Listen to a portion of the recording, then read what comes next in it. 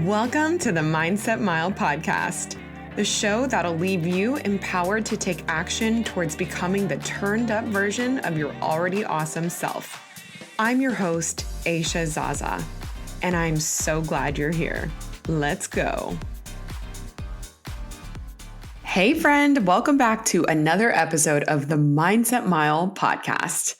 I want to start off by saying this episode is called, obviously, Learning to Love Your Body Postpartum, because I find variations of this question in my DMs pretty frequently.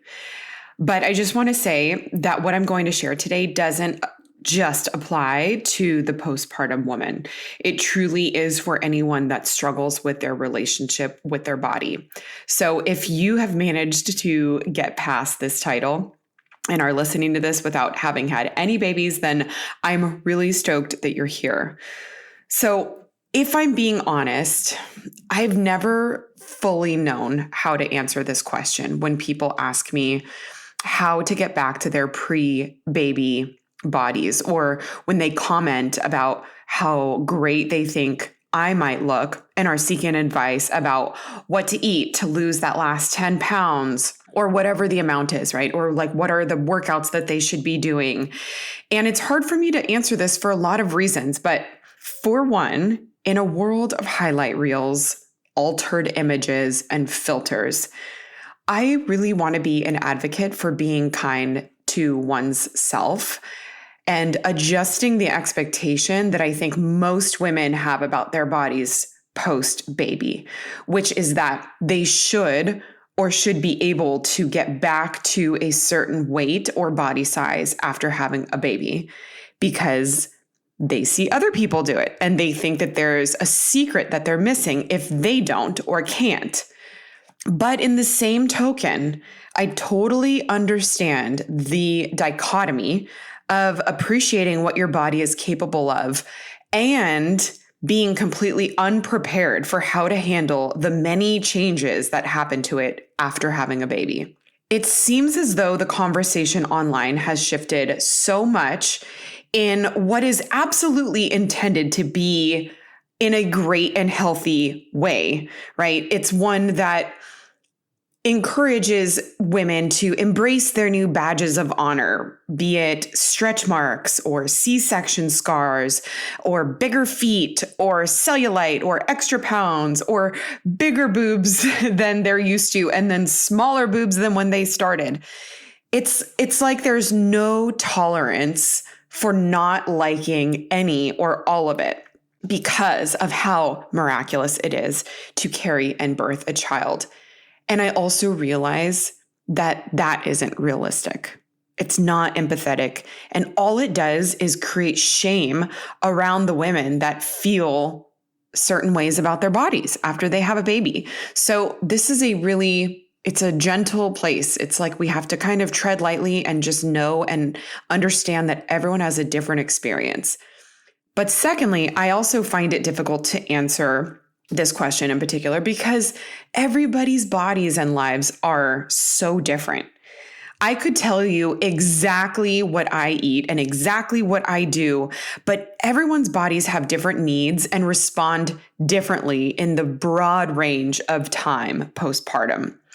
So I'm 16 months postpartum with my second child. And though I don't have the perfect or right answers to guide each and every individual through their unique postpartum journey, I want to share with you a few thoughts and habits that will give you a direction and that have also served me in how to love my body postpartum. So the first is to have patience.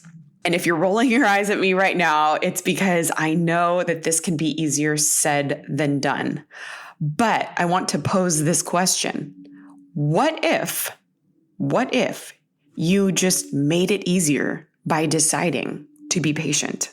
Actually making a conscious decision, like say it out loud. I am patient with my body, because assuming that you have patience is not enough. You are going to be faced with so much where you will not be patient with your body, and it's going to cause vicious cycles and thoughts about how you feel and talk to yourself. So tell yourself, I am patient with my body healing and getting back into shape.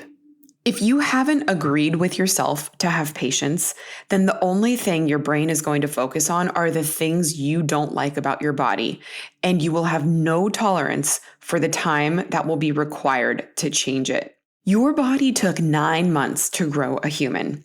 If you want to have a loving relationship with yourself and your body, then you're going to have short-term and long-term patience for it.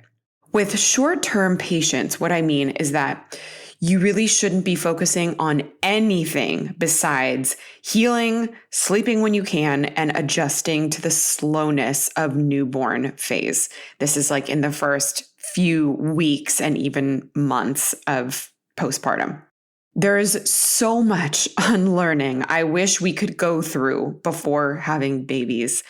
It really makes me sad that most women suffer from having such high expectations of themselves and what they should do with their body and their time and their energy after having a baby.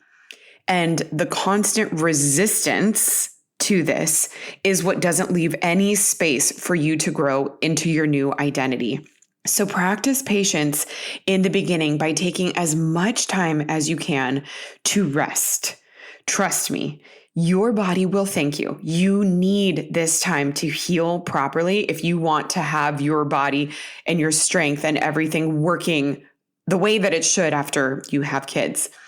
And you'll also get back to being busy and working out 3 to 5 times a week if that's what you did before you had your kids. I want to promise you that you will get back. It is all just a phase and it will pass. So take the time while you have it to just not worry about that stuff. Then have long-term patience with your body, knowing that you can get into the shape you want with consistency and making smart nutrition and lifestyle choices. Trying to rush the fat loss process has never done anything besides breed frustration for me. And this is what I see. It's like a blanket issue. Has it ever done anything different for you, trying to rush the process? If something that used to work for you doesn't work any longer, then doing the same thing with the expectation of a different outcome is going to keep you in the frustration and shame cycle. That may mean that you need to change up your training. You might need to find a different program or trainer or a nutrition coach to help you navigate these new and uncharted waters. It's not your responsibility to know what to expect and what to change at every different phase of your life, okay? It's not your responsibility to know what to do all the time, but it is your responsibility to outsource those things to other experts or coaches if you find yourself constantly frustrated by them. Don't be caught in that hamster wheel of staying frustrated at what you don't know how to do. Search for the resources that can help you do the heavy lifting so you don't have to. My second piece is to learn to be nice to yourself. I'm not saying that it's entirely your fault when you are unkind to yourself.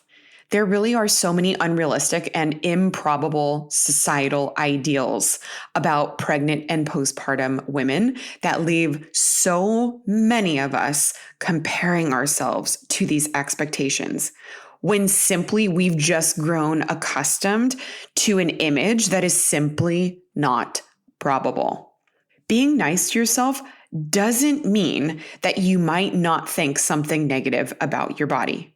But when you do feel yourself start to talk mean about yourself or your body, ask yourself these 3 questions. Is it true? Is it kind? And is it necessary?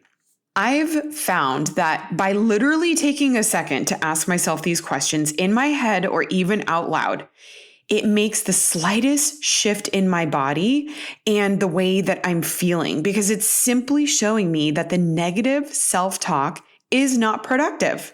It's not.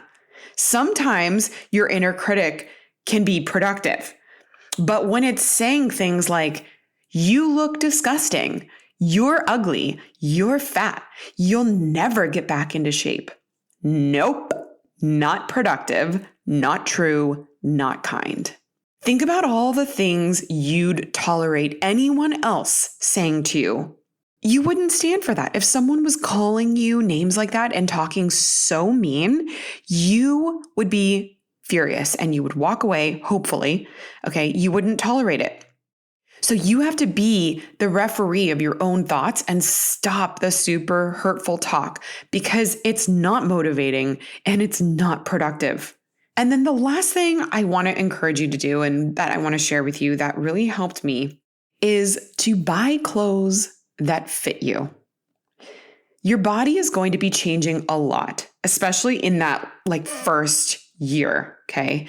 And if you're like me, you don't or didn't want to spend a lot of money on clothes you'd only be wearing for a short period of time. But here's what I knew to be true for me. After having my baby, I looked at my closet, of which most I hadn't worn in over a year after being pregnant and then having my baby. Most things didn't fit, and I felt completely uninspired when I looked at them. Maybe I didn't even like them anymore. They weren't my style anymore. And if they did fit and I felt like I kind of liked it, they weren't breastfeeding friendly. And then I ended up living in stretchy workout clothes for 99% of the time. Yes, they were comfy, but I did get really sick of feeling like I only had 5 pieces of clothes to get me by for the next foreseeable future, right? You'd be surprised what getting ready for the day does, even if it's a quick 5-minute makeup and changing out of your pajamas or athleisure. You'd be surprised what it does for your mood. For me, it made me feel like myself again in just such a small way. And it gave me some mental separation from an otherwise monotonous day, right? Not much changed in how I spent my time, but at least getting ready felt like a literal change of scenery. It just, I don't know, it separated nighttime to daytime. You don't need to spend a lot, okay? This could be a really good time to secondhand shop, or you can even shop at cheaper, more fast fashion stores, which I don't love all the time, right? But I mean, check out Old Navy or Gap or Target even. These are places where you can actually get really great clothes, and they don't need to be your forever clothes. You can buy them knowing that these are your transitional clothes. So if you can, figure out a way to fit this in your budget and look at it as an investment in yourself. You deserve to feel good and to look good and to feel like you have what you need to keep yourself happy during this time. And if that is looking cute, even if you just stayed home, then here is your permission to do it. You deserve it. I really, really hope that this helped you. I really took a lot of time to think about what were the things that in retrospect or in real time, what were the things that truly helped me adjust during this postpartum period? And those were them. So if this episode spoke to you, please tag me so I can see you on social media at Aisha Zaza, and also send this to a postpartum mama who also needs to hear this message because I think we all need it. I can't wait to see you next week, my friend. Until then, make it a great day.